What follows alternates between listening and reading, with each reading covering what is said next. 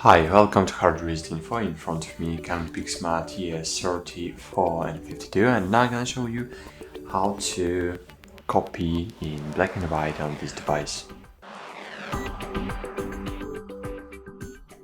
To do that, you just should press on black button on your device, and if you have paper cards installed, and if you have any document on your scanner glass, so the document will be successfully copied at the live.